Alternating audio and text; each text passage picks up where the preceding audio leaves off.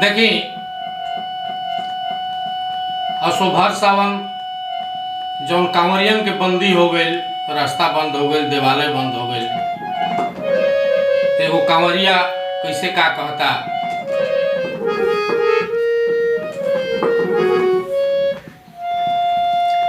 आरे देवघर को तर से नारी,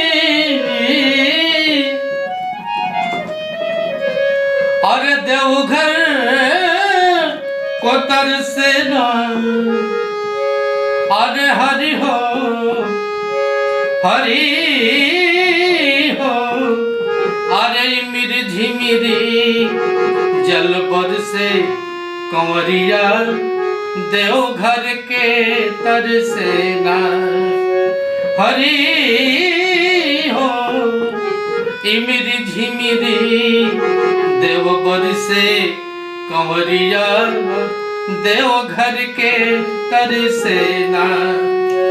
कैसे निकली कोरोना के कहर से कंवरिया देवघर के तर से ना।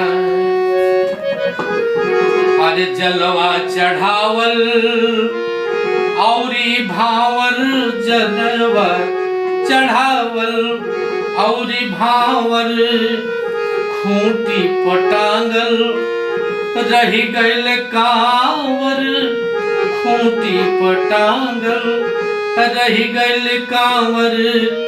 आ रही लली घर से ना बाबा हो, हिलनी घर से ना बाबा हो। अरे डरवा लागता कोरोना के कहर से कंवरिया देवघर के तर से ना बाबा हो। इमीरी झिमिरी जल बज से कंवरिया देवघर के तर से ना। रखले बानी एक ही आशा, रख दे बानी एक ही आशा। अरे ओ बोले सुधारी भगतन के दासा, आरे भागी कोरोना हर से हो, भागे कोरोना हर से बाबा हो। गौआ नगरिया शहर से कंवरिया देवघर को तर से ना।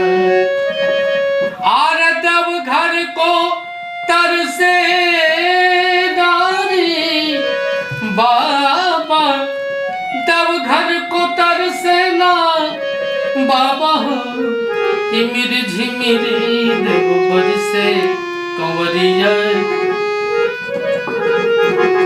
कंवरिया देवघर को तर से ना।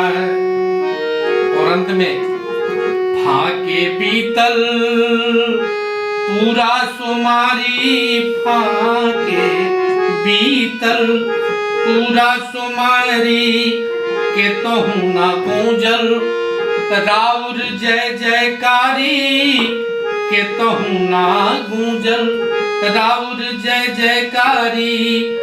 जियरा तर से बिना पर से बाबा हो, जियरा तर से बिना पर से बाबा हो। अरे नमः शिवाय कहीं घर से कंवरिया देवघर के तर से ना बाबा हो। इमिरी झिमिरी देवघर से कंवरिया देवघर को तर से ना, कंवरिया देवघर के तर से ना।